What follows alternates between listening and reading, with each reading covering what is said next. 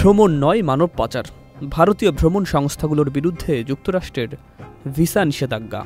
যেখানে পর্যটন শিল্প হওয়ার কথা ছিল গর্বের, সেখানে সেটা পরিণত হয়েছে অবৈধ অভিবাসনের এক সুচারু কারখানায়।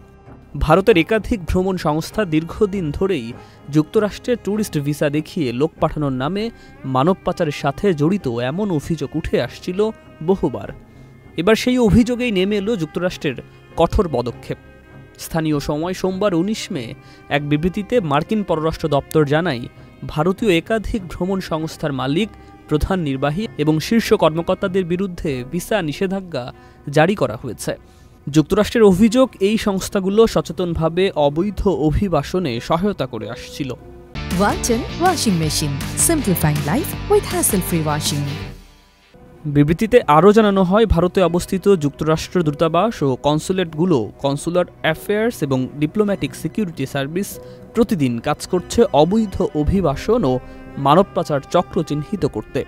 আর তাতে দেখা গেছে এগুলোতে বেশ কিছু ভারতীয় ভ্রমণ সংস্থার সরাসরি সম্পৃক্ততা রয়েছে।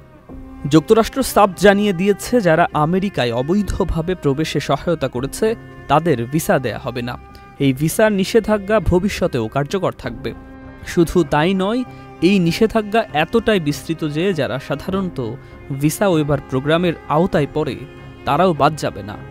এতদিন গর্বে গা ভাসানো ভারতের জন্য এ যেন এক বড় ধাক্কা।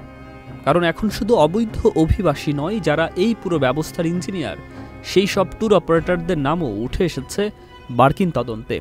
এই বছরের জানুয়ারিতে ডোনাল্ড ট্রাম্প আবার প্রেসিডেন্ট হিসাবে দায়িত্ব নেয়ার পর থেকেই তিনি অবৈধ অভিবাসনের বিরুদ্ধে কঠোর অবস্থান নিয়েছেন।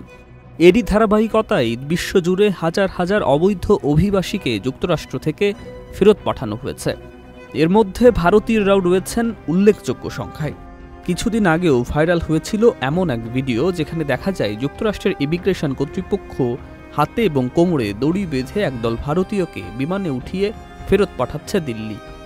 মার্কিন যুক্তরাষ্ট্র দপ্তরের এই বিবৃতির মাধ্যমে পরিষ্কার যে তারা কেবল অভিবাসীদের নয়, বরং যারা এই প্রক্রিয়াকে সক্রিয়ভাবে সহযোগিতা করেছে তাদেরও আইনের আওতায় আনছে।